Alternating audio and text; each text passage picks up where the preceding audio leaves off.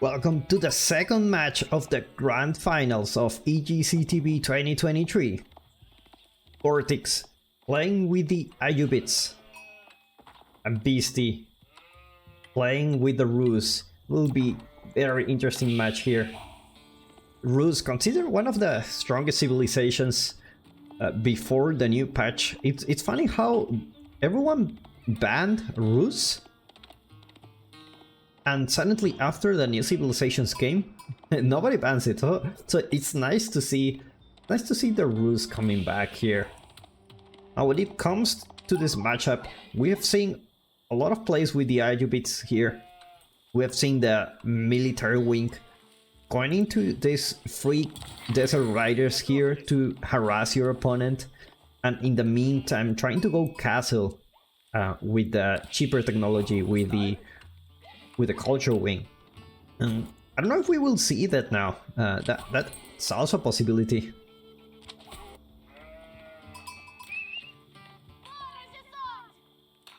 And when it comes to the ship, let's check those players, how they're doing. This should be doing pretty fine just because he gets the 3 scouts, gets that nice bounty. Should be over 80 bounty at any time.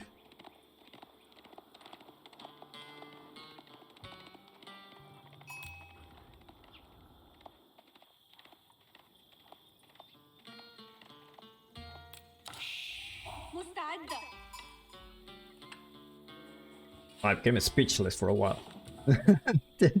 Just because I was just observing the scouts. It's like, where are the animals?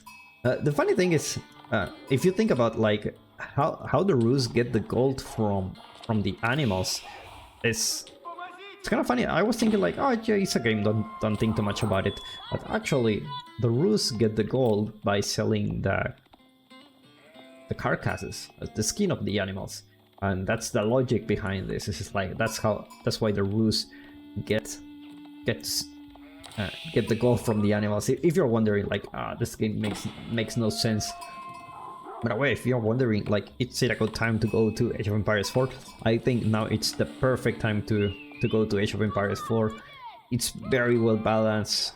The esports scene is pretty good. EGC TV hosting these great tournaments. Go and watch them. I'll put a link in the description. One of the best matches of Age of Empires 4 we have had in the history since the release of Age of Empires 4. Oh my god, look at that. Kremlin going to secure the gold and the stone for Beasty. Very nice spot for him. Gets the double resource here. Meanwhile, VortiX has the gold in the back, which is pretty good. Just because in this map they are so close to each other, so it's very easy for your opponent to just go and harass you, just because the distance between you two it's so low. So having this Kremlin put in a very aggressive position already puts Beasty in a very nice place. I'm just gonna go for that second town center. Classic build with the Rus, going for a second town center here, gather the stone as soon as possible. Meanwhile, indeed, just gonna get the military wing. It's gonna get 1 desert raider every 2 minutes, and also the ability for the cavalry units to construct siege weapons.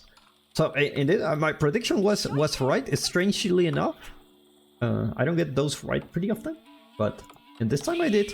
So it's gonna be the military wing. It's gonna be hard. It's gonna be hard with the Kremlin. I don't know if that was the right choice, just because with a military wing, I don't know how much value you can get with it. I mean, technically you could go around here and like, yeah, this is very close to the town center. I'm not sure what a desert raider can do, but still, it's nice to have them for free during the match, even if the game goes longer.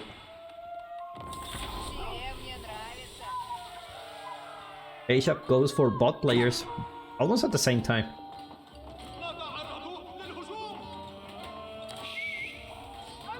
Obviously, Beasty being annoying with the scouts. Look at this is a great thing about this player, is to get any kind of advantage they can. Any kind of advantage, like they take it. Like, you know, the scout is not gonna kill you, but at least it's gonna take some damage. And I take any kind of advantage, every kind of little advantage I can have. Like, these players will take it. Like, oh my god, you need to be very careful with the scout here. It's gonna go down. You managed to leave by a little bit. Managed to leave another day. It's just gonna be annoying here. Now, the thing about this is, like, it's annoying, but at the same time, you don't need to get caught in his trip in this kind of mental tricks, because he's not doing much damage. But if you attack him, you stop working, and that's more damage to you compared to the damage that he's doing to you. So it's better just ignore it for now. Walls coming for Beasty on this side. If there is something about Beasty that a lot of players should learn is, or at least that's his style, it's wall the map. And he walls very early. And his opponent VortiX is kind of like the opposite. He's a very aggressive player. He's a kind of I don't need walls type of guy. So it's very interesting to see these two guys playing, just because they play so different. You don't really know what to expect from those players. Scout goes down here, likely for BC. He still has enough, plenty of room to scout his opponent. And indeed, VortiX will have to leave empty-handed. Not gonna be able to get any kind of damage here. Beasty very close to his base. This is a... Look at this spawn, it's beautiful. It's like 2 gold here nearby. Town center protecting the gold, Cranley protecting gold and stone. Wood close to your base. You cannot ask for more, whereas VortiX, let's check his spawn. Gold is super far. The next gold vein is super far from him. This one is it's okay, it's in the back. Stone a little bit far from him too, so when it comes to spawn, I will say, like you say, like people like to say, he got the Marine Lord spawn, just because Marine Lord is a player that is always very well known for having one of the best spawns possible when it comes to the tournament. And it's such a lucky guy, but looks like VC is gonna get the advantage here. VortiX managed to reach the castle age. Gonna be the culture win. Should have chosen the advanced culture win here. I didn't see it right, but it should be that one. It should be that one.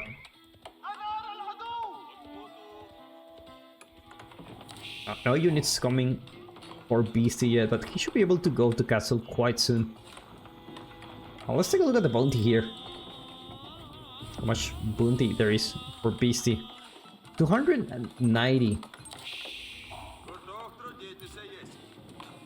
Not bad. Not bad at all.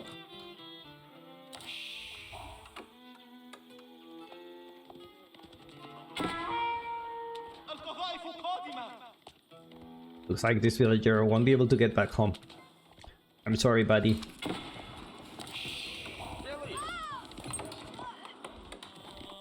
And the first villager goes to VortiX here. Now he should be start gathering relics already with those dervish. They're kind of good when it comes to gathering relics. They are very fast. Look at that. Such a good unit to grab the relics. Must feel good too. Not having the slow monk as always. And now the camel lancers are gonna join the party here. Look at those tanky bastards with 4 range armor already. No upgrades whatsoever for VortiX. He's mostly focused on go to castle as soon as possible. Don't get any kind of upgrade. So Beast is gonna be sitting in a really good economy already. 39 villagers. So he's 6 villagers ahead. That's like 350 resources a minute compared to his opponent. First relic goes for VortiX. When it comes to relic placement, this wall is a little bit funny because it walls the whole map, except this area of course. But the relics are still in the opponent's base. So it's pretty funny. I mean, so he won't have any hard time getting those relics. Wallolo for distracting his opponent, and looks like VortiX managed to get Beasty aging up with a high trade house. Look at that. juicy trade house. That's a lot of wood.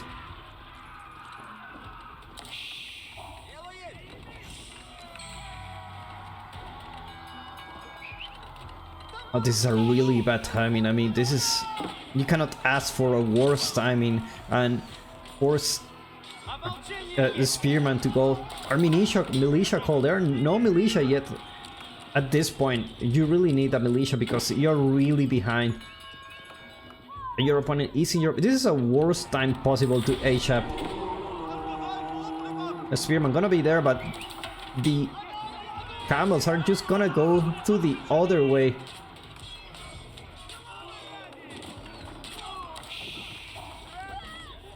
That's already 10 villager kills that goes in favor of VortiX, denying the advantage that Beasty had at the beginning. Oh man, that was a terrible timing.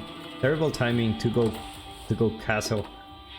Your opponent was next to you. I'm sure he has melee, like for sure he's gonna age up here. Like look at this wood line. It's really big, 56 trees.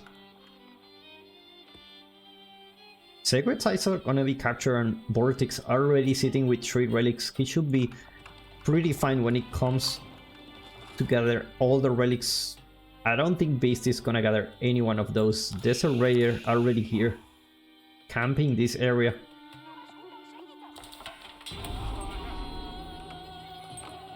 But I don't think Beasty is gonna be fast enough. Sacred site being captured in the right. It's always nice to have that passive gold income.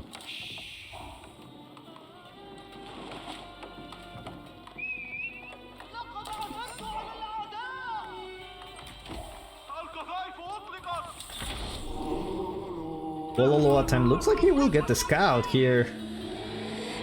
Ooh, man.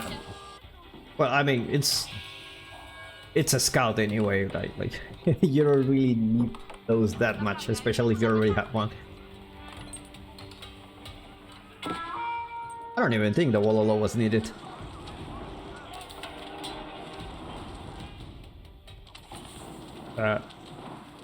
VortiX, there is a open wall here. Looks like he just wants to have a opening here. He cannot go through here, he's very well protected. Look at this base. Can't get better than this, really. Look at this. Very defensive. Very defensive. When it comes to the economy, the tables turn, and now VortiX has the advantage, has the gold advantage. And you know, he used to have the villager advantage, but you're already sitting with 5 relics. That's a lot of gold that comes here. Let's take a look at this. 2 relics, 159 a minute. It's like 400 something gold a minute. For the rest of the game, that's a lot. So you should be pretty in a very good spot. Now VortiX will go for it. Yeah, we have a lot of camel lancers. Militia hasn't been called yet. Like Beasty will be forced to play the spearman crossbow composition. Won't be able to get any knight here, just because the camels have those bonus against those knights. Not a wise choice for Beasty to go there. And now the knights are here.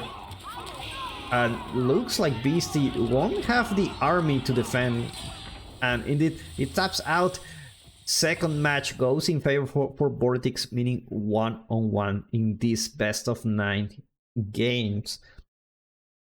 Now let's take a look at the statistics here. Indeed,